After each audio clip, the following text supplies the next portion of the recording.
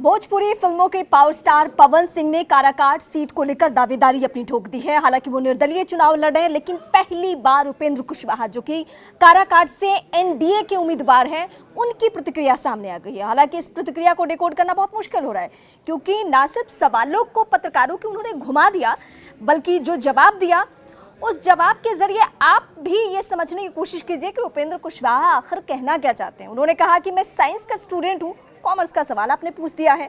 मतलब सवालों से भाग रहे थे, सवालों से कन्नी काट रहे थे, लेकिन ये तो तय हो गया है कि पवन सिंह के काराकाट सीट पर आने की वजह से ये मामला फंस चुका है। मतलब उपेंद्र कुशवाहा की चुनौती अब बढ़ चुकी है। पहले एनडीए के दावेदार के तौर पर हो सकता है कास्ट कॉम्बिनेशन जो वहां पे है, यानी कुशवाहा बहुलता, कुशवाहा लैंड कहा जाता है काराकाट सीट को लेकर। 3 बार ही यहाँ पे लोकसभा के चुनाव हुए हैं और इस पूरे समीकरण में उपेंद्र कुशवाहा कहीं ना कहीं काराकाट सीट से फट बैठ रहे थे।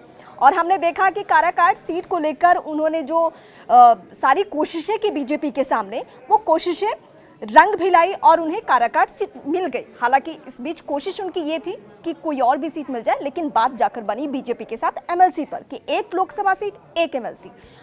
लेकिन अब उपेंद्र कुशवाहा कैसे पवन सिंह के आने के बाद फंसते हुए नजर आ रहे हैं, वो जातीय समीकरण, वो सारा एंगल में समझाती हूं। दरअसल बीजेपी ने अपनी दूसरी लिस्ट के जरिए आसनसोल से उम्मीदवार बनाया पवन सिंह को, लेकिन 24 घंटे के अंदर ही ये पूरा फेरबदल हो गया। इसके पीछे कहा गया कि महिलाओं का एंगल है, महिलाओं को लेकर, जो बंगाली महिलाओं को लेकर जो अश्लील गाने गाते हैं, वो कहीं ना कहीं बैकफायर कर जाएगा। और बीजेपी ने अपना स्टैंड क्लियर कर लिया कि हम ऐसे चेहरे को नहीं देंगे टिकट जिस पर महिलाओं के अपमान का आरोप लग रहा है। हालांकि वहां को लेकर भी पवन सिंह ने कहा, मेरे पिता की वो कर्मभूमि है, वहां का नमक मेरे रगों में है। अब काराकाट सीट को लेकर कहते हैं कि ये मेरी माता की जगह है और मैंने माता से ही प्रॉमिस किया था कि मैं हर हाल में इस बार 2024 का लोकसभा चुनाव लड़ूंगा। तो वो काराकाट सीट पे आ गए हैं। अब मैं आपको समझाती हूँ कि उपेंद्र कुशवाहा, जो कि सवालों से भाग रहे हैं, वो कैसे फंस रहे हैं। दरअसल कुशवाहा बहुलता तो है इस सीट पर, लेकिन पेच ये फंस रहा है कि जो कांग्रेस, आरजेडी और माले गठबंधन है, उसके जरिए टिकट माले ने अपने उम्मीदवार को दी है, और वो भी कुशवाहा जाति से ही। यानी 2 दावेदार कुशवाहा जाति से, जो एनडीए के दावेदार हैं उपेंद्र कुशवाहा, और जो माले के दावेदार हैं वो भी कुशवाहा जाति से आते हैं। अब राजपूत बहुलता भी है यहाँ पे। राजपूत वोटर के लिहाज से पवन सिंह ने यहाँ पे एंट्री ले ली है, तो अगर कुशवाहा वोट इन दोनों में बट जाएगा और एक मुश्त वोट अगर उधर जाता है, तो अगर जो भी जीते हारे, जो आंकड़ा होगा वो फंसाने वाला पेज हो सकता है। मतलब आप इसको त्रिकोणीय मुकाबला कह सकते हैं। यानी उपेंद्र कुशवाहा अब मुश्किलों में फंस चुके हैं। आने वाले वक्त में हालांकि प्रधानमंत्री की कोई सभा हो जाए, उस तरीके से माहौल बन जाए, ये अलग बात है। अब मैं इस पूरे परिसीमन का इलाका आपको बताती हूँ कि ये पूरा इलाका है क्या भौगोलिक तौर पे।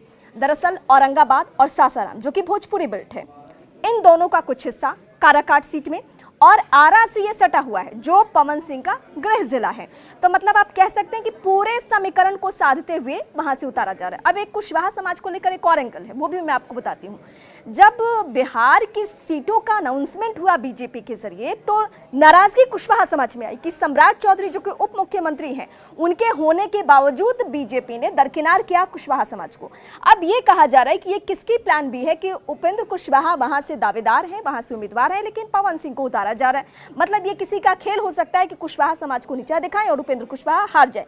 अब इन सब के बीच जो उपेंद्र कुशवाहा ने 2 टूक कहा है कि मैं साइंस का स्टूडेंट हूं, आप कॉमर्स का सवाल मुझसे पूछ रहे हैं, तो अगर आप इस एंगल को डिकोड कर पाए तो जरूर हमें कमेंट करके बता सकते हैं।